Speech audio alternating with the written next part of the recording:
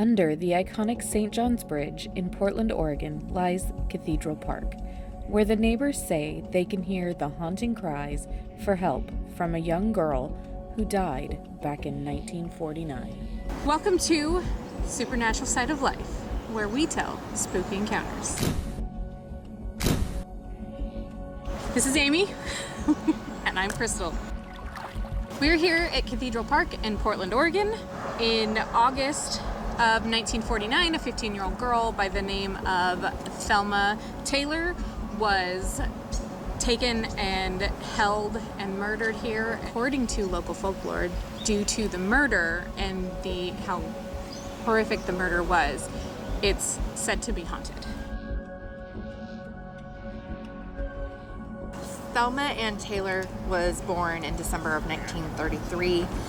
She was 15 and she was on her way to trying to take a bus to Hillsboro, which is outside of town, known as a really rural farming area, especially during that time, where she was on her way to go ahead and get a job picking beans.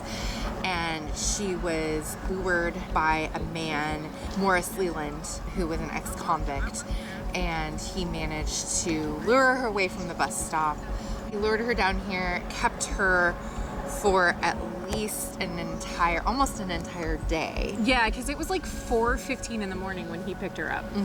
So she was literally sitting probably out, the city is that way, and so she was probably out on the side of the street waiting for the bus, and he stopped and pulled her down here. During his subsequent confession to the police, he did say that she came with him willingly. Yes. Which we can never know. Right. And at that point, she was gone. Like, he literally confesses to this murder because he's been picked up for car theft. So the murder happened August 6th of 1949, and on August 11th, so 5 days later, he's picked up, and he is like, hey, you've picked me up for car theft, but by the way, I murdered this young girl down by the river, and he brought them to the riverbank where he had buried her in a shallow grave. And the details is that he ended up murdering her because she began screaming for help. And she was actually murdered specifically because she had heard a changing of the guard on the trains, and the train tracks are right here at the top of the park, and she could hear them changing cars or something. And so she started screaming for help, and he grabbed a steel bar and hit her in the head several times, and actually also stabbed her with a knife that he was carrying. And he then threw those in the river. So he was seriously close to the riverbank somewhere hiding. They were hiding in brush along the riverbank. And he threw that in the river, and then she had her lunchbox with her because she was going out for her job that she was trying to get. And he wiped his fingerprints off the lunchbox and buried her and went along his way. And that brings us into the haunting. Yes. So the reports of the haunting are actually that she can be heard during the summer at night screaming for help. And it's actually been so bad. There's local businesses where people are like, yeah, we've heard it. And it's been so bad that people in the neighborhood have called the cops, and the police have come and been like, there's nobody here. And so it just is thought to be that poor Thelma is still out here trying to get the help that is needed. Morris was actually convicted of this crime. He had a trial starting on October 4th, 1949, and November 11th, he was convicted and sentenced to death. He was originally supposed to be put to death on April 20th, 1951, and he was able to push that off to 1953. She is buried in Columbia Cemetery, which is not terribly far from here. Now that the park is here, she continues to haunt the park to this day, apparently.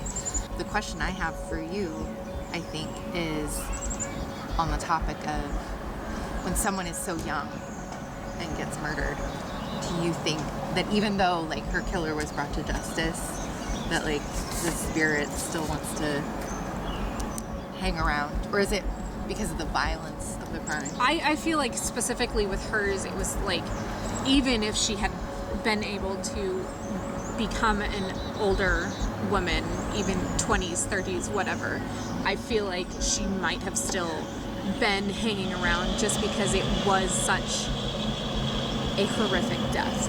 Like, there was so much energy put into that death that there's like, I'm one of those people that I'm a firm, like, scientifically you can't destroy energy. So the energy we have in our bodies, where does that go? And when there's so much energy into the circumstance of your death, I think it leads to more manifestation. Do I think that she may be what is considered a sentient haunting, where she can communicate? Maybe not, because from my understanding, all she has done is cry for help, which would just reflect the actions that were happening when she died. So she's more of like a memory in time. Okay, I see. Yeah, no, I agree with that. And it was definitely a crime of passion rather than something that was planned. He did attempt to rape her. Some reports say that he raped her all week, but that's not true, because she died literally within 24 hours of being taken.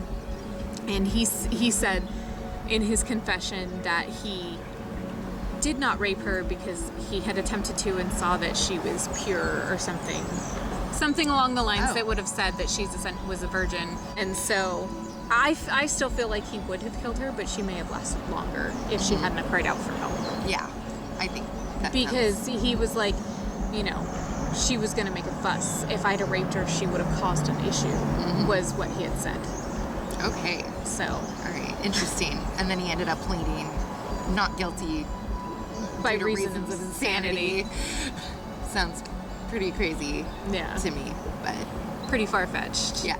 And I think viewers probably have their own thoughts on it. Absolutely. Let us know down below in the comments. I mean, we'd love to hear your thoughts and your feelings on that. But and also, would you like to see us come back 9 or 10 o'clock at night and see during the summer and see if we can catch something?